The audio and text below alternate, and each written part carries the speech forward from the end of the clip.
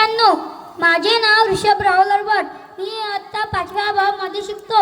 आज मी तुम्हाला 15 ऑगस्ट निमित्त 2 शब्द सांगणार आहे, ते तुम्ही शांततेने ऐकावे. आज 15 ऑगस्ट भारताचा स्वातंत्र्य दिन.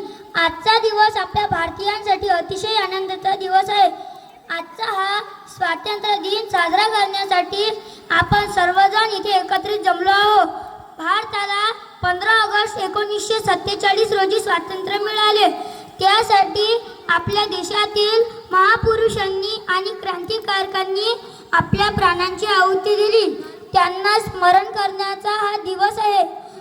भारत देश इंग्रजांच्या गुलामगिरीत होता.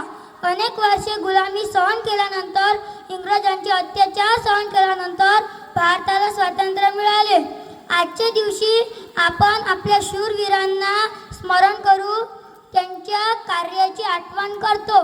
जसे डॉक्टर बाबासाहेब आंबेडकर, पंडित जवाहरलाल नेहरू, महात्मा गांधी अशा हजारो क्रांतिकारकांनी भारताच्या स्वातंत्र्य लढ्यासाठी अमूल्य योगदान दिले. त्यांच्या अशा बलिदानामुळे आपला भारत देश इंग्रजांच्या गुलामगिरीतून स्वतंत्र झाला. एवढे बोलून मी माझे 2 शब्द संपवतो. जय हिंद, जय भारत.